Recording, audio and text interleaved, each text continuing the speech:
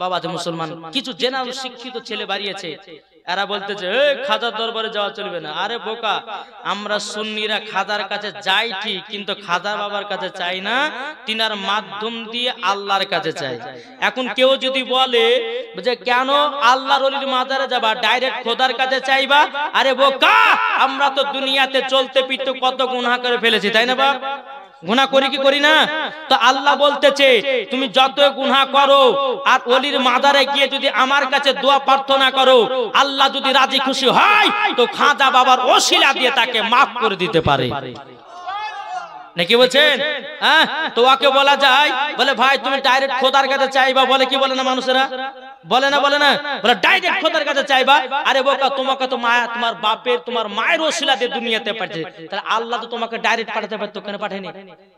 কেন পাঠায়নি? পাঠায়নি কেন? আল্লাহ এটাই বলতেছে তোমরা ওসিলা তালাশ করো। যারা ওসিলা তালাশ করে আর ওসিলার মাধ্যম দিয়ে আল্লাহ পাক আল্লাহ তাআলা তাদেরকে জান্নাতেও জায়গা দেবে। এটা জোর হবে না?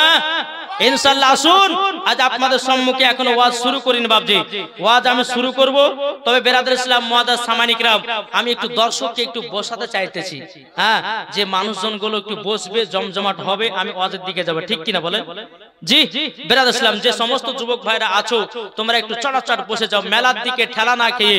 আমার মা বোনদেরকে বলছি, মা বোনেরা মেলাতে ঠেলা না খেয়ে জান্নাতি বাগানে বসুন। মুসলমান ভাইরা, এ সোনা মানিকেরা, চল বাবাজি এগিয়ে যাই।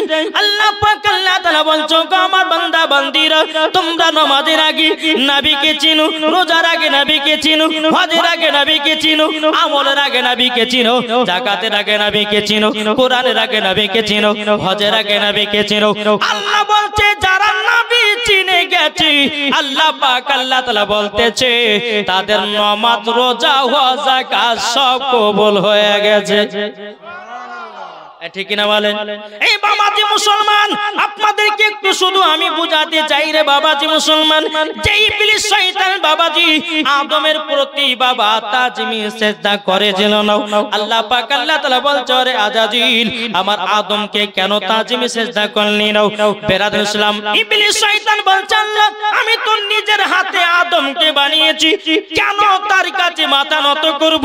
আল্লাহ পাক আল্লাহ তাআলা বলছে, বলে আরে ইবলিস, তবে শুনে আমি তোকে তাজমি সিজদা করতে বললাম, তাজমি সিজদা করতে বললাম, এটা আদমের প্রতি তাজমি সিজদা নয়, এটা হলো আমার নবী মুস্তাফার তাজমি সিজদা। জোরে বলেন সুবহানাল্লাহ। আল্লাহ পাক আল্লাহ তাআলা বলতেছেন, ফাসাজাদু ইল্লা ইবলিস আবা ওয়াস্তাকবার ওয়া কানা মিনাল কাফিরিন। আল্লাহ পাক আল্লাহ তাআলা সমস্ত ফেরেশতাদেরকে অর্ডার দিয়েছিল, ফেরেশতারা তোমরা আদমকে তাজমে সিজদা করো। সমস্ত ফেরেশতা করেছিল, কিন্তু বাবাজি আজাজিল সিজদা করে না। আল্লাহ বলছে, আজাজিল, ওই ইবলিস, তবে শুনে নে, তুই তো এক নয় দিন নয় 650 কোটি বছর আল্লাহর ইবাদত করেছিল। কত কি গো, কত বছর? 650 কোটি বছর ইবাদত করেছিল কে? আজাজিল ইবলিস। আল্লাহ বলতেছে, ইবলিস যা, আদমকে সিজদা করলি না মানে নবীকে সম্মান দিলি না, তার মানে তুই বরবাদ, কাফের হলি, শয়তান হলি, তোর 650 কোটি বছর ইবাদত সব বরবাদ। বুঝতে পারছেন কিছু কি? আল্লাহ বলছে তোর 650 কোটি বছর ইবাদত সব বরবাদ হয়ে গেল। কি কারণের জন্য? আল্লাহর হুকুম মানলো না, তাজমে সিজদা করলো না। বাবাজি আল্লাহ পাক আল্লাহ তাআলা বলছেন, ফাসাজাদু ইল্লা ইবলিস আবা ওয়াস্তাকবারা ওয়া কানা মিনাল কাফিরিন। আল্লাহ পাক আল্লাহ তাআলা বলছে, আজাজিল, আদমকে তাজমে সিজদা করলি না মানে আমার নবীকে সম্মান দিলি না। তাই বাবাজি আমরা মুসলমান নবীর প্রতি দুরূদ পড়ি, নবীকে সম্মান দিই, নবীর প্রতি কিয়াম করি, নবীকে সম্মান দিই, নবীর প্রতি আপনার দুরূদ পড়ি, নবীর প্রতি মুহাব্বত জন্মাই। এটাই ফেরেশতাদের আকীদা, এটাই তাবেঈনদের আকীদা, এটা সাহাবাদের আকীদা, এটা ওলিদের আকীদা, আর এটাই হলো বাবাজি সুন্নিদের আকীদা। জোরে বলে, এটা জোরে হবে না? জি বেরাদর ইসলাম মুআদ্দাস সামানি গ্রাম আজ কিছু দল বাড়িয়েছে, এরা বলছে নবীর প্রতি দুরূদ পড়লে পরে নবী নাকি শুনতে পায় না, নবীর প্রতি সালাম করলে নবী নাকি শুনতে পায় না, নবীর প্রতি আপনার কিনা সুন্নাত করলে পরে নবী নাকি দেখতে পায় না। আচ্ছা বলুন নবীর প্রতি দুরূদ পড়লে নবী শুনতে পায় কি পায় না? একটু জোরে বলেন, এটা হাত তুলে দেখান। ইনশাআল্লাহ পাই। এটা আমাদের কথা নয়, আল্লাহর পবিত্র কোরআন বলতেছে। জোরে বলেন, দলিল নেবেন? চলেন দলিলের দিকে যাই। বাবাজি ইনশাআল্লাহ জীবনে শোনাবো, আমাদের ঈমান আকীদাকে ঠিক করেন নাকি বলছেন? ঈমান আকীদা যার ঠিক আছে মরার পরে জান্নাতি হবে, যার ঈমান আকীদা ঠিক নাই যতই নামাজ রোজা করুক জান্নাত যেতে পাবে না। বাবাজি চলুন, আমার আল্লাহ পাক আল্লাহ তাআলা বলতেছে, ও আমার বান্দা বান্দিরা, বান্দা বান্দিরা, আমার নবী মুস্তাফা দেখতে পাই, আমার নবী মুস্তাফা শুনতে পাই। আল্লাহ পাক আল্লাহ তাআলা বলছে, ও আমার বান্দা বান্দিরা, আমার নবী মুস্তাফাকে পাওয়ার বালা করে দুনিয়াতে পাঠায়া দিয়েছি। জোরে বলেন সুবহানাল্লাহ। আল্লাহর পবিত্র কোরআন বলতেছে, আন-নাবিয়্যু আউলা বিল মুমিনিনা মিন আনফুসিহিম। আল্লাহ পাক আল্লাহ তাআলা বলতেছে, প্রত্যেকটা মুমিনের আত্মার চাইতে আমার নবী মুস্তাফা নিকটে আছে। আল্লাহ বলছেন প্রত্যেকটা মুমিনের আত্মার চাইতে আমার নবী নিকটে আছে। তাহলে বলুন ওই মোল্লার কথা মানবেন না কোরআনের কথা মানবেন? জোরে বলেন না। ওই মোল্লার কথা মানবেন না বুখারীর কথা মানবেন? ওই মোল্লার কথা মানবেন না তিরমিজির কথা মানবেন? কোনটা? কোরআন হাদিস যেখানে আমরা আছি সেখানে বাবাজি মুসলমান কোরআন হাদিস ইজমা কিয়াস এই চারটি দলিলের ভিতরে থাকলে মানবো, না হলে পরে মানবো না। নাকি বলছেন? আল্লাহর পবিত্র কোরআন বলছে, আন-নাবিয়্যু আউলা বিল মুমিনিনা মিন আনফুসিহিম। প্রত্যেকটা মুমিনের আত্মার চাইতে আমার নবী মুস্তাফা নিকটে আছে। এটা জোরে বলবেন না? জোরে জোরে জোরে জোরে। জি তাহলে বাবাজি নবী যদি আমাদের আত্মার চাইতে যদি নিকটে থাকে তো নবীর প্রতি দুরূদ পড়লে নবী শুনতে পায় কি পায় না? নবীর প্রতি ক্যাম করলে নবী দেখতে পায় কি পায় না? নবীর প্রতি সালাম করলে নবী শুনতে পায় কি পায় না? জি পাই। বেরাদর ইসলাম মুআদ্দাস সামানি কিরাম, তা আপনারা যে এই জান্নাতি বাগানে বসে আছেন আমার নবী মুস্তাফা দেখতে পাচ্ছেন কি পাচ্ছেন না? এটাই তো আকীদা। আর আকীদা মানে হলো বাবাজি যার ভিতর ঈমান আকীদা ঠিক আছে সে ব্যক্তি মরার পরে জান্নাতি হবে। বাবাজি যার বিশ্বাস আছে তার ঈমান আছে, যার বিশ্বাস নাই ঈমান নাই। আমার কথা কি বুঝতে পারছেন বাবজি? জি আসুন, আজ আমরা মুসলমান কত রকমের মানুষ। এই যে আজকে শবে বারাত, ঠিক না? কে বলছে হালুয়া রুটি খাওয়া বেদাত? কি গো বলছে না? আচ্ছা বলুন হালুয়া রুটি আমরা খেয়েছি না খাইনি? কিন্তু আর শাশুড়ি শ্বশুর বাড়ি থেকে যখন দিবে বাবা যে ঘরের ভেতরে নিয়ে যা লুক লুক করে ঘরে কোনা খাবে, কিন্তু বেদাত বলা ছাড়বে না। কি গো ঠিক না? এই সোনা মানিকেরা, ও বাবাজি মুসলমান ভাইরা, এই সোনা মানিকেরা, আমার আল্লাহ পাক আল্লাহ তাআলা বলতেছে, ও আমার বান্দা বান্দিরা তোমরা শুনে রেখে দাও, শুনে রেখে দাও। আমার নবী মুস্তাফা যেই খাবারটা খেয়েছেন তোমরা যদি খাও ওটাই খাওয়া হলো সুন্নাত। জোরে বলেন সুবহানাল্লাহ। এই বাবাজি মুসলমান যে নবী মুস্তাফা সাল্লাল্লাহু তাআলা আলাইহি সাল্লাম বাবাজি বদরের মাঠে যুদ্ধ করতে গেছিলেন। কোথায়? এই যে আমরা হালুয়া রুটি করে খাই, এটা করা চলবে কি চলবে না, খাওয়া যাবে কি যাবে না, এটা দলিল দেব। দিদের শুনতে রাজি আছেন? জি কে কে শুনবেন না একটু হাত তুলেন। আমি বলেছি কে কে শুনবেন না? শুনবেন না? আচ্ছা কে কে শুনবেন হাত তুলেন। সুবহানাল্লাহ মাশাআল্লাহ। এই যুবক ভাইরা তোমরা দাঁড়িয়ে থাকো না ভাই, একটু বসো না ভাই। দাঁড়িয়ে থাকলে পরে আমার কিন্তু মেজাজ খাটা হয়ে যায়। জি এত সুন্দর কমিটি ভাইরা কত সুন্দর জায়গা সাজিয়েছে জান্নাতি বাগান, আর বাবাজি কেন দাঁড়িয়ে থাকবেন? বসেন না, জায়গার ব্যবস্থা করেছে সৌন্দর্য। হ্যাঁ বেরাদর ইসলাম বসলে পরে বক্তাকে ওয়াজ করতে ভালো লাগে আর আপনাদেরকে আমাকে বলতে ভালো লাগবে।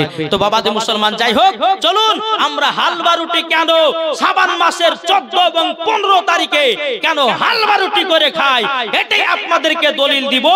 সাহাবা কিরামগণ হালুয়া রুটি খেয়েছে কিনা এটাও আপনাদেরকে দলিল দিব। এটি জোরে বলেন না? জি ইনশাআল্লাহ শুনবেন, আর শোনার পরে মাথায় সেভ করে রাখবেন। বুঝেছেন না? এরা বলছে এই একটা বক্তা বাড়িয়েছে বুঝলেন, আর নাম করলে পরে যেত গো, নাম করলে পরে কিছু কিছু ব্যক্তি জ্বলে উঠছে জি গো, একবার ছাপ করে জ্বলে উঠছে। আরে বেরাদর ইসলাম তুমি জ্বলছো জ্বলো। এই দেখেন একটা বক্তা বাড়িয়েছে, নামটা না করলে পরে হয় না, করবো নাকি কি গো?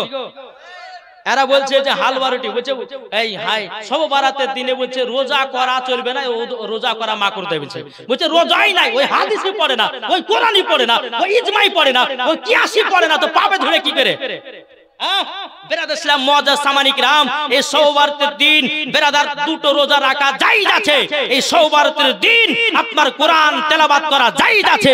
এই সওবারতের দিন গভীর রাত্রিতে বাবা তাহাজ্জুদের নামাজ পড়া জায়েজ আছে, লাইলাতুল বারাতের নামাজ পড়া জায়েজ আছে। আল্লাহ পাক আল্লাহ তাআলা বলছেন এই সব বারাতের রাত্রিতে তোমরা খুশি করে আল্লাহর কাছে যা চাইবে আল্লাহ পাক আল্লাহ তাআলা তাকে সেটা দেয়। জি, প্রত্যেকটা মানুষের ভাগ্য পরিবর্তন করা হয়।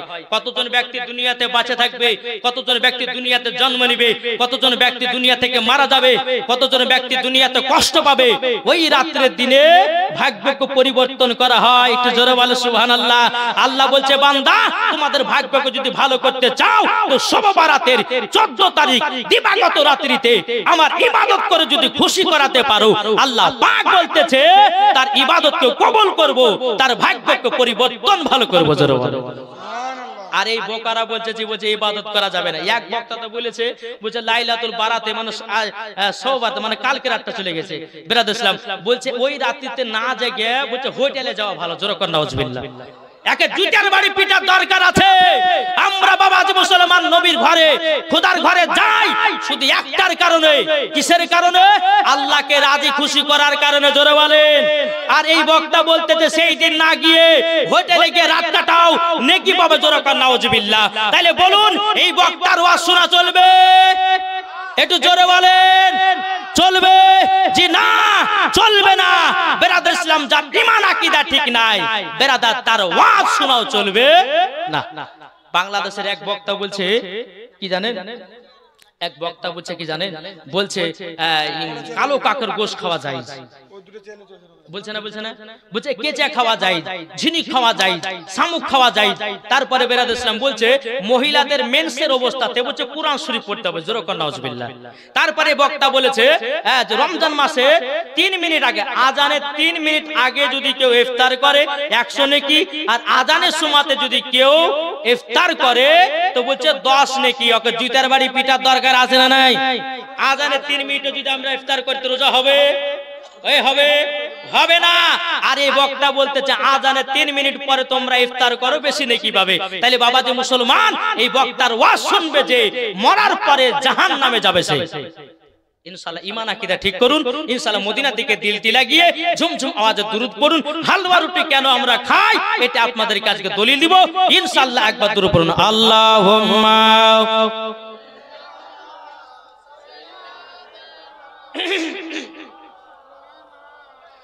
মুহাম্মাদ ওয়ালা আলে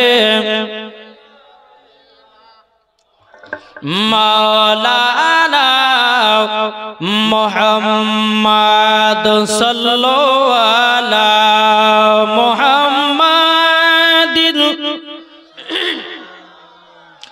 মুহাম্মাদ হরদম জবান সে লিখলো পাক নামে মুহাম্মদ আমার জান মদিনা। একবার জোরে বলো না সুবহানাল্লাহকে আসতে হবে না জোরে। আমরা সুন্নি মুসলমান না, আমাদের ভিতরে জোশ থাকবে আলাদা। একসঙ্গে বলুন সুবহানাল্লাহ। আল্লাহর ফেরেশতারা খুশি হয়। জোরে বলেন। তাই কোনতেছে আমার জান মদিনা আমার প্রাণ মদিনা, ভুলে যেতে চাইলেও ভোলা যায় না, ভুলে যেতে চাইলেও ভোলা যায় না। জানি না ওই মদিনায় আছে কি মধু, মদিনা মদিনা করে কাঁদি গো শুধু। জানি না ওই মদিনায় আছে কি মধু, মদিনা মদিনা করে কসদ দিলে আছে নবীজির ভালোবাসা দিলে আছে নবীজির ভালোবাসা আমার জান মদিনা আমার প্রাণ মদিনা ভুলে যেতে চাইলেও ভোলা যায় না জোরে সুবহানাল্লাহ চলো মাঝে এগিয়ে যাই এই সোনা মানিকের আমার নবী মুস্তাফা সাল্লাল্লাহু তাআলা আলাইহি সাল্লাম যখন বাবা বদর মাঠে যুদ্ধ করতে গেলেন বাবাজি এই সোনা মানিকের কাফেরের দলের আমার নবী মুস্তাফার প্রতি যখন আঘাত দিতে লেগেছে বাবা আঘাত দিতে দিতে দিতে আমার নবী মুস্তাফার দান মুবারক বাবা শহীদ করায় দিয়েছে আমার নবী মুস্তাফা সাল্লাল্লাহু তাআলা আলাইহি সাল্লামের দান মুবারক থেকে বাবা যখন রক্ত মুবারক যখন আপনার বেরোতে লেগেছে আমার নবীজি জমিনে আপনার দুই হাঁটুকে পেড়ে দিয়েছে আল্লাহ দরবার হাত তুলে বলছে আল্লাহ গো এই কাফেরদের মাঝে আমি ইসলাম প্রচার করতে এসেছিলাম আল্লাহ আমার যতক্ষণ জীবন থাকবে গো আল্লাহ আমার ইসলাম প্রচার করে যাব জোরে বলেন সুবহানাল্লাহ বাবাজি মুসলমান ভাইরা এই সোনা মানিকের আমার নবী মুস্তাফা যখন বাবা এক পা দুপা করে যখন বদরের মাঠ থেকে বেরিয়ে এসেছে এদিকে বেরাদুল ইসলাম মুআদ্দাস সামানি কিরাম মা খাতুনে জান্নাত রাদিয়াল্লাহু তাআলা তিনি বলছে বলো গো আব্বাজান ওগো আব্বাজান আপনার শরীর মুবারকের এই অবস্থা কেন গো আমার নবী বলছে বিটি গো আমি ইসলাম প্রচার করতে গিয়েও কাফেরের দলেরা আমাকে মেরে এই অবস্থা করে দিয়েছে বেরাদুল ইসলাম মুআদ্দাস সামানি কিরাম এই সোনা মানিকেরা এদিকে আমার নবী মুস্তাফা চোখের পানি ঝরঝর করে পেনিয়ে বলতেছে ওগো বিটি ফাতাওয়াও আজকে ইসলাম প্রচার করতে গিয়াও আমার পিঠে দেখো কালো কালো দাগ হয়ে গেছে আমার নবী মুস্তাফা যখন এই কথা বলো খাতুনে জান্নাত বলছে আব্বাজান ওগো আব্বাজান আপনার মুখ মুবারক থেকে কেন রক্ত বেরোতেছে বলুন আমার নবী বলছে বিটি খাতুনে জান্নাত আজকে কাফেরের দলেরাও আমার দানকে শহীদ করে দিয়েছে গো বেটি আমার খাতুনে জান্নাত মা ফাতেমা রাদিয়াল্লাহু তাআলা আনহা তিনি এক পা দুপা করে নবী কিবা বাড়িতে নিয়ে গেলেন নিয়ে যাওয়ার পরে বেরাদুল ইসলাম মুআদ্দাস সামানি কিরাম খাতুনে জান্নাত বলছে আব্বাজান আব্বা গো আপনি ইসলামকে এত কষ্ট করে প্রচার করেছেন আপনার রক্তর বিনিময়ে জোরে বলেন সুবহানাল্লাহ এদিকে বেরাদার মা আয়েশা রাদিয়াল্লাহু তাআলা আনহা তিনার কানে খবর যখন ঢুকে গেল আল্লাহ গো আমার স্বামীর এই অবস্থা করেছে আমার স্বামী তো আর শক্ত খাবার খেতে পারবে না আমার স্বামীকে যদি শক্ত খাবার দিই হয়তো আপনার দাঁত মোবারক হয়তো বেদনা হতে পারে মা আয়েশা রাদিয়াল্লাহু তাআলা আনহা তিনি বাবাজি কি করলেন বাবাজি নরম খাবার তৈয়ার করলেন জোরে বলেন সুবহানাল্লাহ নরম খাবার তৈয়ার করার পরে আমার নবী মুস্তাফার সম্মুখে এসে হাজির হয়ে যাওয়ার পরে বলছে ওগো স্বামী আমার আপনাকে নাকি কাফেরের দলে মারধর করেছে আপনার নাকি দান মুবারক শহীদ করে দিয়েছে ওগো আমার প্রাণের স্বামী আপনার জন্য আমি একটু নরম খাবার নিয়ে এসেছি বাবাজি সেই দিন কে ছিল বাবা শাবান মাসের 14-15 তারিখ সেই দিন ছিল কত বাবাজি মা আয়েশা রাদিয়াল্লাহু তাআলা আনহা তিনি নরম খাবারটা নিয়ে এসেছেন আমার নবী মুস্তাফা নরম খাবারটা দেখে চোখ দিয়ে ঝরঝর করে পানি ঝরাতেছে এটা জোরে হবে না মা আয়েশা রাদিয়াল্লাহু তাআলা আনহা তিনি বলতেছে বলো গো আমার স্বামী গো আপনি এরকম ভাবে কান্না করছেন কেন বললো আমার নবী বলছো গো বিবি আয়েশা তুমি আমার জন্য কত কষ্ট করেছো মা আয়েশা রাদিয়াল্লাহু তাআলা আনহা তিনি বলছো গো আমার নবীজি সামান্যতে এটা কষ্ট আপনার জন্য জীবন দিতে রাজি নবী গো আপনার জন্য জান দিতে রাজি শুধু তো মাত্র আপনার জন্য নরম খাবার তৈয়ার করেছি জোরে বলেন সুবহানাল্লাহ এদিকে বাবা মা ফাতেমা রাদিয়াল্লাহু তাআলা আনহা তিনি একটা বাটিতে তিনিও নরম খাবার নিয়ে এসেছে নিয়ে আসার পরে বলছে আব্বাজান আপনি তো শক্ত খাবার চাবাতে পারবেন না আপনার জন্য নরম খাবারটা আমি তৈয়ার করেছি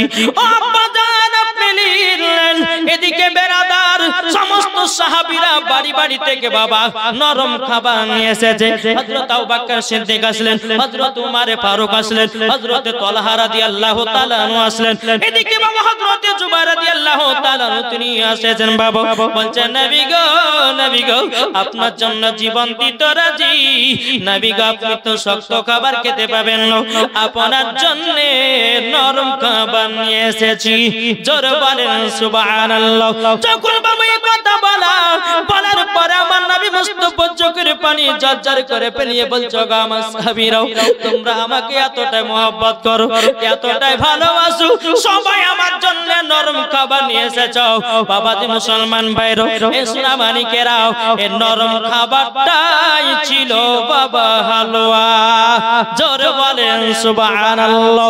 আজকে যে দল বানিয়েছে তার বলছে হালুয়া খাওয়া চলবে না, বলছে কি বলছে না? কি গো হালুয়াটা মিষ্টি না তিতা? মিষ্টি না? মিষ্টি খাওয়া সুন্নাত কি সুন্নাত না? এক ব্যাগ কলিং বাড়িয়েছে।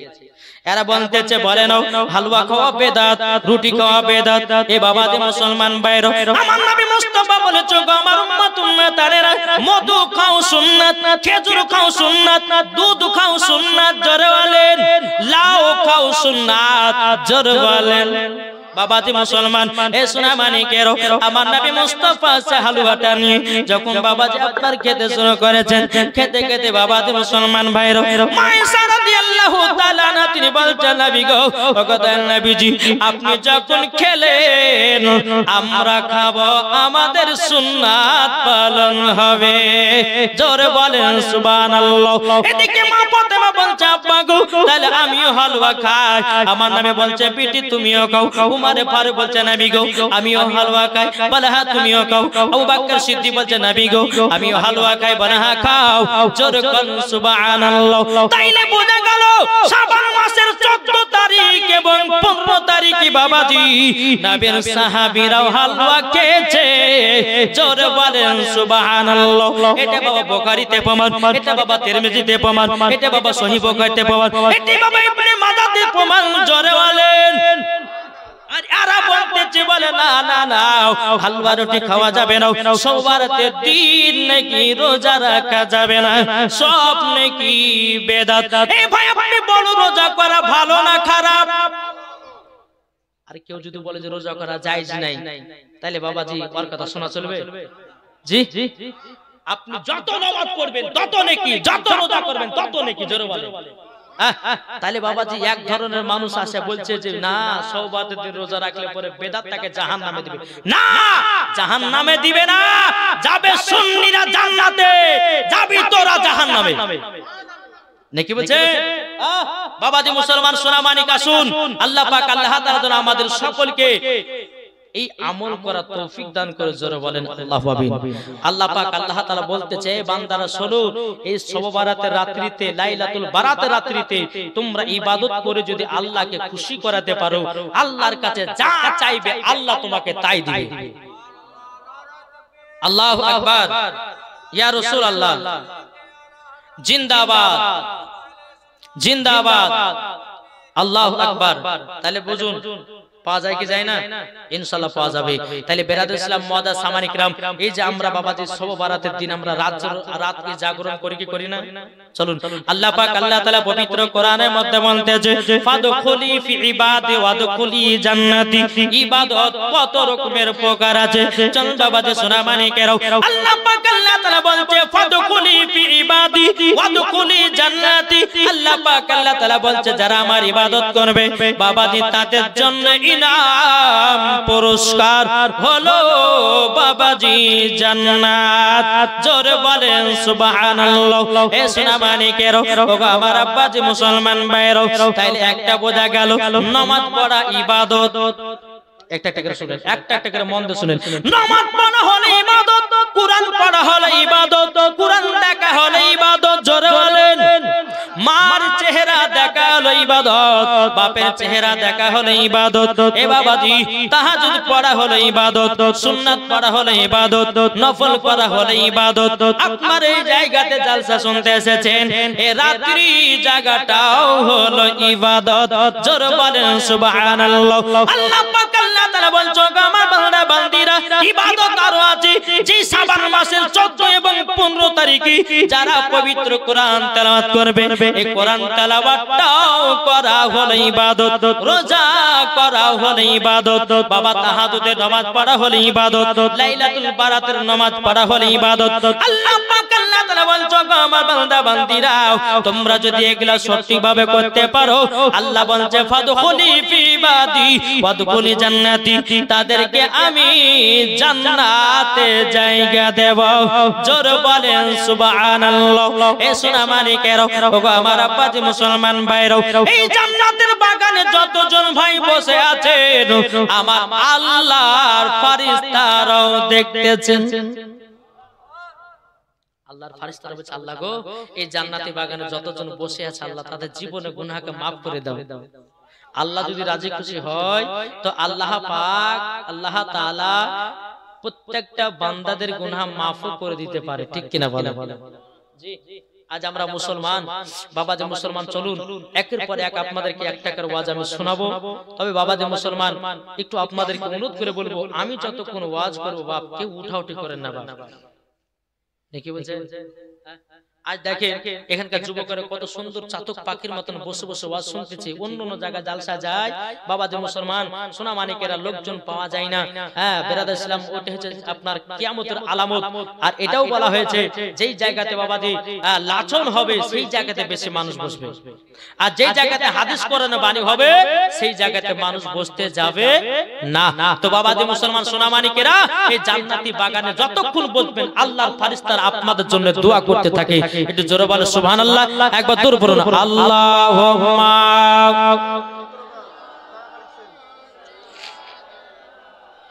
মাওলানা মুহাম্মদ ওয়ালা আলি মাওলানা মুহাম্মদ আমি চাই না আমি চাই না জাহান্নাম আমি চাই না আমি চাই না জাহান্নাম আমার কপালে লিখে দিও দয়াল নবীর নাম জোরে বলেন আমার কপালে লিখে দিও দয়াল নবীর নাম যারা নবীর আশিকি প্রেমিক হবে যাবে তারা চলে শুধু জান্নাতে চলে যারা নবীর আশিকি প্রেমিক হবে যাবে তারা চলে শুধু জান্নাতে চলে দেখলে পরে বুঝা যায় নবীর দিওয়ানা দেখলে পরে বুঝা যায় নবীর দিওয়ানা আমার কপালে লিখে দিও দয়াল নবীর নাম জোরে করুন সুবহানাল্লাহ দুনিয়াতে থাকতে বাবাজি নবীকে চিনো আল্লাহ পাক আল্লাহ তাআলা বলছে যাদের দিলে দিয়ে এক বিন্দু মোহাব্বত থাকবে নবী মুস্তাফার ওই ব্যক্তি যদি কবরে যায় ওই কবরে বাবাজি কোন রকমের আযাব হবে না জোরে বলেন সুবহানাল্লাহ এ সোনা মানিকেরা ও বাবাজি মুসলমান ভাইরা আমার কথাগুলো একটু বোঝার চেষ্টা করবেন আমার আল্লাহ পাক আল্লাহ তাআলা বলছো আমার বান্দা বান্দীরা সবাইকে একদিন অন্ধকার কবরে যেতে হবে কি গো আমরা মরবো না দেখেন আমাদের একজন জনপ্রিয় বক্তা আমাদের বন্ধু হযরত মাওলানা মুহাম্মদ জাকির হোসেন চতুর্বেদী আর দুনিয়াতে নাই আছে কত জনের প্রিয় বক্তা ছিল বাবাজি আমাদের প্রিয় বক্তা ছিল বাবাজি আল্লাহ ডেকে নিয়েছে দুনিয়ার মানুষকে ফেলে দিয়া অন্ধকার কবরে চলে যেতে হয়েছে এ বাবাজি মুসলমান ভাইরা ওগো আমার সোনা মানিকেরা তাইলে মামা তুমি চিন্তা করো বিরাদর ইসলাম মুআজ্জাজ সামানি কিরাম আল্লাহ পাক আল্লাহ তাআলা বলছো গো আমার বান্দা বান্দীরা তোমরা যদি কবরকে ভয় করো তোমাদের দ্বারাতে গুনাহ বলতে কিছুই নাই ও বাবাজি মুসলমান ভাইরা আল্লাহ পাক আল্লাহ আল্লাহ তাআলা বলছো আমার বান্দা বান্দিরা তোমাদেরকে একদিন অন্ধকার কবরে যেতে হবে তোমরা সঠিকভাবে নামাজ পড়ো তোমরা সঠিকভাবে রোজা করো তোমরা সঠিকভাবে মা বাবার সেবা করো তোমরা সঠিকভাবে নামাজগুলো আদায় করো তোমরা সঠিকভাবে নবীর সুন্নাতকে মেনে চলো তোমরা সঠিকভাবে নবীর সঙ্গে মহব্বত করো মরার পরে জান্নাতি হওয়া যাবে আল্লাহ পাক আল্লাহ তাআলা বলছো আমার বান্দা বান্দিরা তোমাদের একদিন নাম হবে লাশ কি গো হবে না আমি মারা গেলে পরে তো বাবজি আমি যদি কোনদিন মারা যাই বুঝলেন না আমি যদি কোনদিন মারা যাই যদি শুনতে পান তো আমার জন্য একটু দোয়া করিয়েন করবেন তো ইনশাআল্লাহ হাত তুলে দেখান তো কি কি করবেন জি ইনশাআল্লাহ আমার যেদিন খবর শুনবেন যে মাওলানা ওবাইদুল ইসলাম জামালি মারা গেছে ইনশাআল্লাহ আমার জন্য একটু দোয়া করবেন আল্লাহর কাছে নবীর ওসিলা দিয়ে জোরে বলেন জি একদিন আমাকেও একদিন অন্ধকার কবর যেতে হবে সবাইকে চলে যেতে হবে আমার নাম হবে একদিন কি লাশ কাউরে রিহাই নাই দুনিয়াতে কেউ বাঁচতে আসে না সবাইকে অন্ধকার কবর যেতে হবে তাই কবর বলতেছে একদিন তোমার নাম হবে লাশ একদিন তোমার নাম হবে লাশ একদিন তোমার নাম হবে লাশ একদিন তোমার নাম হবে লাশ সাদা কাপড় পরবে দেহ রবে না আর আপন কেহ সাদা কাপড় পরবে দেহ রবে না আর আপন কেহ বন্ধ হবে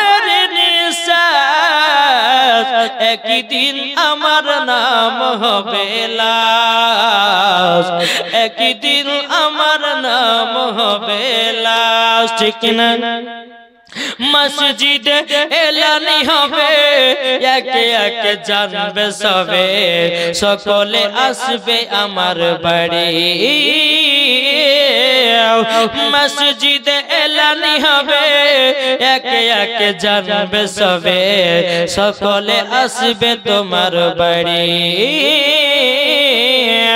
বড় পাতা গরম পানি আনিবে কেউ আতর দানি বড় পাতা গরম পানি আনিবে কেউ আতর দানি কেউ গিয়ে কাটবে ঝাড়ের বাস একদিন তোমার নাম হবে লাশ একদিন আমার নাম হবে লাশ জানা যায় শরীকি হবে কত বন্ধু বান্ধব তিন চুলো মাটি দিবে ভাই জানা যায় শরীকি হবে কত বন্ধু বান্ধব তিন চুলো মাটি দিবে ভাই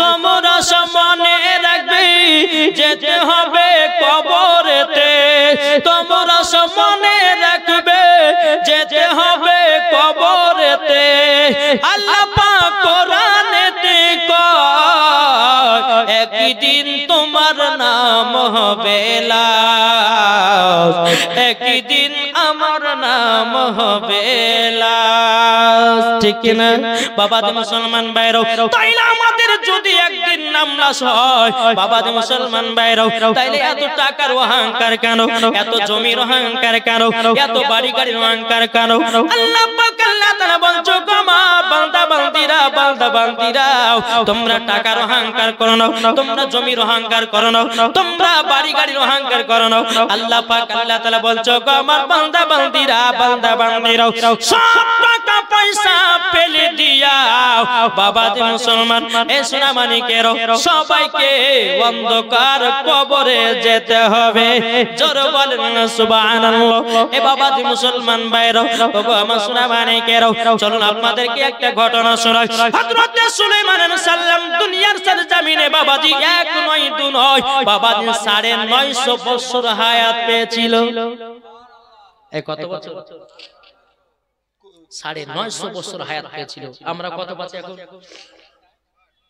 50 60 একদিন দুদিন মরণের কোনো গ্যারান্টি নাই হাইস্ট হয়তো 100 বা হাইস্ট হয়তো 120 বা 130, তার বেশি তো না। কিন্তু হযরত সুলাইমান আলাইহিস সালাম নবী, আপনার আল্লাহর নবী ছিলেন বাবাজি, তিনি 950 বছর হায়াত পেয়েছিলেন। জোরে বলেন। আমাদের আদম নবী 1000 বছর হায়াত পেয়েছিলেন। কেউ দুনিয়াতে বেঁচে আছে? এগুলি একটু চিন্তা করে বিছানা গিয়ে শুয়ে থাকবেন। কত কত নবী এসেছিলেন, সবাই দুনিয়া থেকে পর্দার আড়াল নিয়েছে। তাইলে বাবাজি মুসলমান, হযরত সুলাইমান আলাইহিস সালামকে আল্লাহ পাক আল্লাহ তাআলা এত জমি জায়গার মালিক বানিয়েছিলেন। তিনার এরকম একটা সিংহাসন ছিল, এই সিংহাসনের উপরে চাপতেন তো বাবাজি অন্য অন্য এলাকা সফর করতেন। জোরে বলেন। বিনা তেলে বাবাজি সফর করে বেড়াতেন। জোরে বলেন। এই হযরত সুলাইমান আলাইহিস সালাম তিনি বাবাজি পিপিড়ার কথা বুঝতে পারতো, হাওয়ার কথা বুঝতে পারতো। এই পাওয়ার আমার আল্লাহ দিয়েছিল। জোরে বলেন। তিনি কিন্তু রাজপ্রাসাদ বানান নাই, একটা ছোট্ট কুড়ো ঘর বসে বসে বানিয়েছে, আর সেই ঘরে বসে বসে আল্লাহর ইবাদত করতেছে। বেরাদার, হযরতে মালাকুল মাউত এসে বলছে, এই সুলাইমান, কি ব্যাপার? আল্লাহ তোমাকে এত জমি জায়গা দিয়েছে, হ্যাঁ, তুমি রাজপ্রাসাদ না বানিয়ে এই ছোট্ট কুড়ো ঘর কেন? হযরতে সুলাইমান আলাইহিস সালাম বলতেছে, এই মালাকুল মাউত, তুমি শুনে নাও, শুনে নাও, আমার প্রায় আজকে 950 বছর হায়াত হয়ে গেল, আমি দুনিয়াতে বাঁচলাম, আমি তবু রাজপ্রাসাদ আমি বানাই না। বাবা মালাকুল মাউত বলতেছে, কেন রাজপ্রাসাদ আপনি বানাই? হযরত সুলাইমান আলাইহিস সালাম বলছে, বলো গো মালাকুল মাউত, আমি এই জন্য রাজপ্রাসাদ বানাই না, তুমি কখন মরণের চিঠি নিয়ে আসবে, কখন আমার মরণটা হয়ে যাবে, তার জন্য আমি হযরত সুলাইমান আলাইহিস সালাম এই ছোট্ট কুড়ো ঘরে বসে বসে আমি আল্লাহর ইবাদত করতেছি, শুধু মরণের অপেক্ষায়। জোরে বলেন সুবহানাল্লাহ।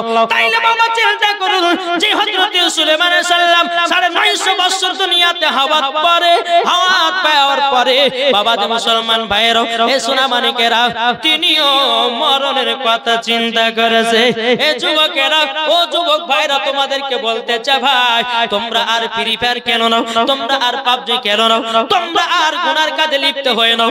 আল্লাহ পাক আল্লাহ তাআলা বলছে, বান্দারা, বান্দারা, তোমাদেরকে একদিন অন্ধকার কবরে যেতে হবে, আর সেই কবরটাও ঈমানদারের জন্য হবে শান্তির জায়গা, আর বেঈমানদারের জন্য হবে ভয়ানক জায়গা।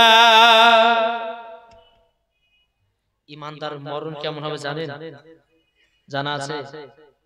ঈমানদার আর বেঈমানদারের মরণ আপনাদেরকে একটু বলি। ঈমানদার মরণ এই রকম হবে, যেই রকম একটা বাচ্চা ছেলে মায়ের দুধ পান করতে করতে ঘুমিয়ে যায়, ওই রকম ঈমানদার মরণ হবে। আর বেঈমানদার মরণ হবে কেমন? বাবাজি, হযরতে মালাকুল মাউত হযরতে ইসরাইল আলাইহিস সালাম যখন বেরাদ ইসলাম বেঈমানদারের বুকে যখন হাত চাপাবে, মনে হবে যে সারা পৃথিবী তার বুকের উপরে চড়েছে, এত কষ্টতে তার জানটা বের হয়। তাহলে বলুন, আমরা ঈমানদার হতে চাই না বেঈমানদার? এটি জোরে বলেন না। ঈমানদার হতে চাই কি চাই না? কে কে ঈমানদার হতে চায় একটু হাত তুলে দেখান। ইনশাআল্লাহ আমরা সকলে ঈমানদার হতে চাই। আর আপনারা তো ঈমানদার গো, জান্নাতি বাগানে বসে আছেন, তাহলে তো ঈমানদার। জোরে বলেন। আর যার কপালে নবীর মোহাব্বত থাকবে, যার দিলেতে নবীর ভালোবাসা থাকবে, বাবাজি, তারাই জান্নাতি বাগানে বসবে। আর যার দিলেতে নবীর মোহাব্বত থাকবে না, তারা মেলাতে ঠেলা খাবে। দেখি বলছে, আপনারা তো নবীর উম্মত, আমরা নবীর উম্মত, আমরা এই জায়গাতে জান্নাতি বাগানে বসেছি, আর জান্নাতি বাগানে তারাই আছে যারা নবীকে মুহাব্বত করে। জোরে বলে সুবহানাল্লাহ। আসুন, আমাদের সামনে রমজান মাস আসছে, সেই বিষয় নিয়ে আমি আপনাদেরকে কিছু আলোচনা করব। বেটা বেটিদেরকে রোজা রাখা শেখান, আপনার বেটাদেরকে হুকুম করেন, আর বলে যে বাপ বেটি তোমরা কাল থেকে রোজা রাখবে। আর যখন বাপ যখন বেটা বেটিকে অর্ডার করবে, আল্লাহ পাক খুশি হবে। জোরে বলে জি, একবার দূর পড়ুন, আল্লাহুম্মা মাওলানা মুহাম্মদ ওয়ালা আলে মাওলানা মুহাম্মদ সাল্লাল্লাহু তাআলা আলাইহি সাল্লাম। বাবা